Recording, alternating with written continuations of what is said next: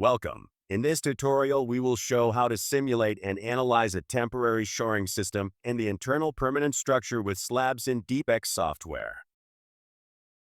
Initially, we will create the temporary system with the DeepEX model wizard. We choose the limit equilibrium analysis method. We will select to create a braced excavation model, and we define a 35 feet deep excavation. We will also edit the wall's depth, the water table, and the excavation width. In this example, we will use PP24 steel pipes for struts. In the next tab, we can edit the soils and define the soil properties. We can also access and adjust the stratigraphy. We access the wall and change the wall section to AZ19 sheet piles.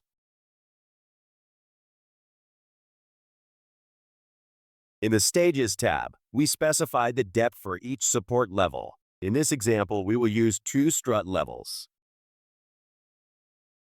We keep the default surcharge and code settings and click to generate the model. We analyze the model with the traditional limit equilibrium method. We review the summary table and check the analysis results and graphs.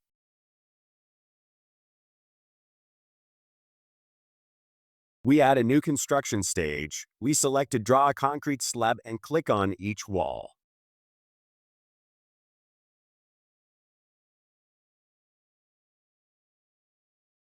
We edit the slab section and change the thickness to 24 inches. We also adjust the slab section reinforcement bar properties.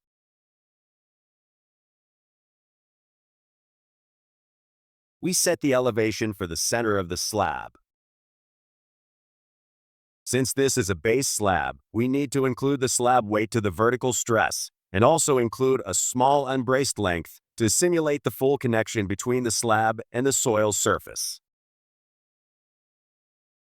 We add a new stage. We will access the main wall, edit the wall section, create a new wall type, and generate a reinforced concrete diaphragm section to use for the interior permanent walls. We adjust the diaphragm wall section thickness and the reinforcement bar properties. We click on the arrow next to the Edit First Wall button, select the tool to draw a left wall element, and click to add the new wall next to the temporary. In the dialog, we adjust the top and bottom coordinates for the new wall part and assign the generated diaphragm wall section. In the Advanced Features tab, we assign slave behavior to the new wall element. This will be used later to connect the internal slabs to the diaphragms. We repeat the procedure for the right wall, drawing a new wall element, editing the position, and also apply slave behavior. We add a new stage and we draw a new slab on the model area, just below the existing strut. We adjust the slab position and unbraced length.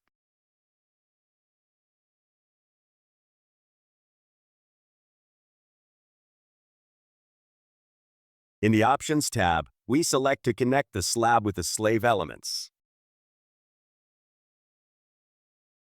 We right-click on the strut and deactivate it. We add a new stage and repeat the internal wall elements installation procedure for each wall side, making sure to adjust the coordinates and mark the new wall elements as slave.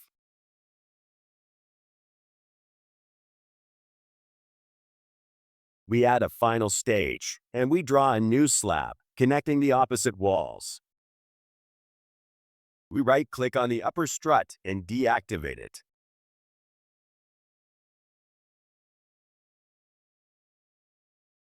We analyze the model with the limit equilibrium method.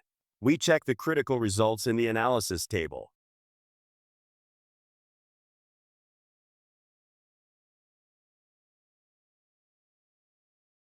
We can display several pressure and result graphs on the model area for each construction stage. We add a copy of our model and we apply the nonlinear analysis with soil springs. In this case, we will apply 33% of the wall friction as soil friction for both walls.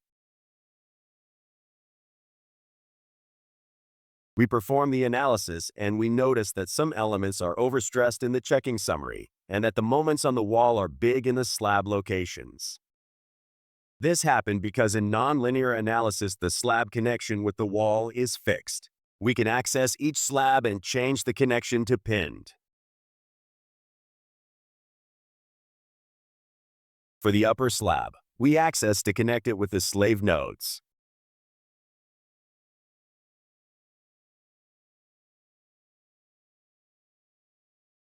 We analyze the model again.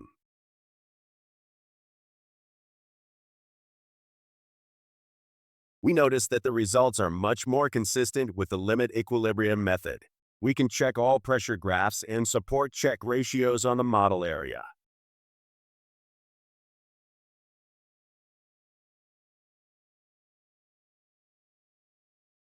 Thank you.